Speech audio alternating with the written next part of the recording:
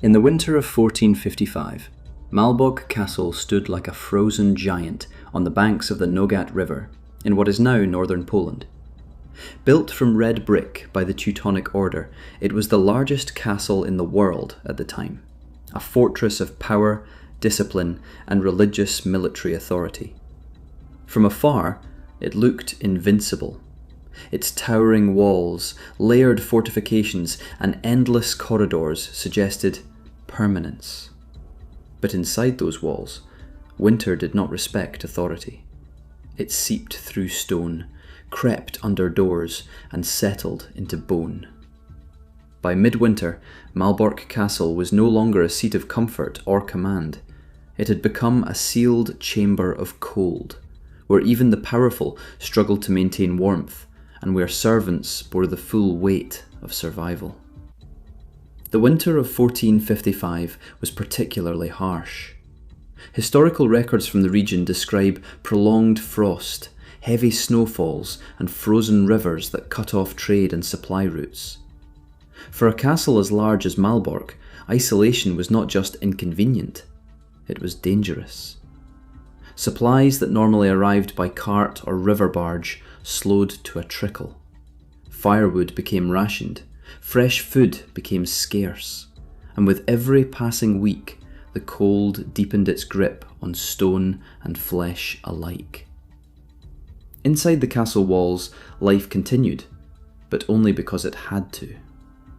The first thing visitors would have noticed, had they been allowed inside during that winter, was the cold itself. It was not just in the air, it was in everything. Stone corridors absorbed the winter freeze and radiated it back into the bodies of those who passed through.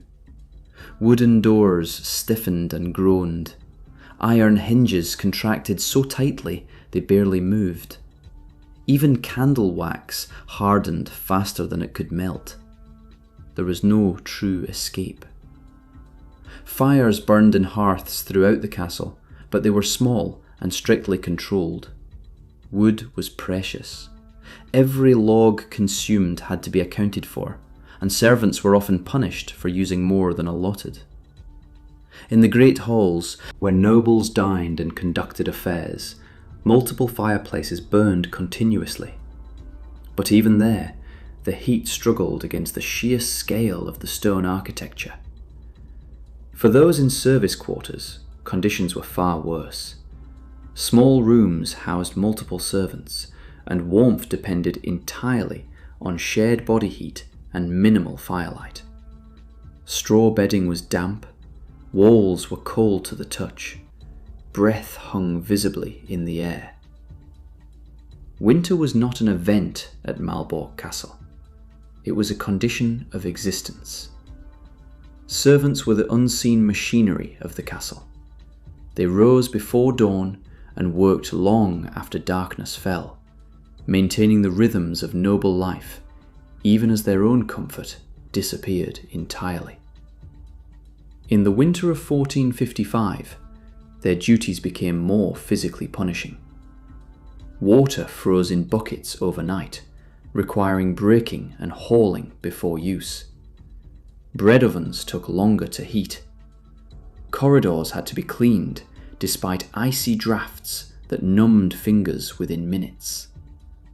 They moved through endless stone hallways, wearing layered wool and whatever scraps of fur or cloth they could acquire. Still, frostbite was common. Hands turned red, then pale, then numb. Some servants lost sensation in their fingers permanently. Others developed cracked skin that never fully healed until spring. The castle kitchens were among the few places where heat existed in abundance, but even there, it came at a cost. Massive open hearths burned day and night. Smoke filled the air, clinging to clothing and hair. Servants worked in shifts to keep food production moving, chopping frozen vegetables, thawing salted meat, and stirring thick soups in iron cauldrons. Accidents increased in winter. Slippery floors led to falls, boiling pots caused burns, Exhaustion made simple tasks dangerous. And yet, the work never stopped. The upper levels of Malbork Castle told a different story. In the grand chambers, the Teutonic knights and visiting officials attempted to preserve an illusion of control. Tapestries hung along stone walls, not just for decoration, but for insulation. Thick cloaks and fur-lined robes were worn even indoors. Meals were still served with ceremony. Wine was heated with spices. Bread was brought fresh from ovens that servants struggled to maintain. Discussions of war, trade, and administration continued as if the world outside the castle walls was not frozen in hardship. But even here, winter intruded. Ink froze in inkwells if left too close to drafts. Metal weapons stored in armories became painfully cold to touch. Sleep was disrupted by the biting chill that crept into even the most protected chambers. No amount of rank could fully escape the season. Winter at Malbork was an equalizer. Outside, the courtyards of the castle transformed into frozen landscapes. Normally bustling with activity, horses, guards, messengers, they became silent, hard, and dangerous. Snow accumulated between stone buildings, compacting into ice under foot traffic. Drainage channels froze solid. Wells required constant braking to access water. Even the castle's defensive structures, designed for war, now served as barriers against cold wind rather than enemy soldiers. Guards stationed along the walls faced some of the harshest conditions. Standing motionless for hours in freezing wind, they wrapped themselves in heavy cloaks and stamped their feet to maintain circulation. Some developed frostbite on exposed skin, despite precautions. Weapons too became burdens. Metal hafts stuck to bare skin. Bowstrings tightened and snapped. The machinery of war, like the machinery of daily life, slowed under the weight of winter. Winter at Malbork Castle was not only a battle against cold, it was also a battle against illness. Respiratory infections spread quickly in enclosed, poorly ventilated spaces. Coughing echoed through dormitories. Fever weakened already exhausted servants. In the absence of modern medicine, treatment was limited to herbal remedies, rest, rarely permitted, or prayer. Malnutrition compounded the problem. As supplies dwindled, diets became less varied. Salted meat, hard bread, and thin broths formed the bulk of meals. Fresh produce was almost non-existent. Weakness spread quietly.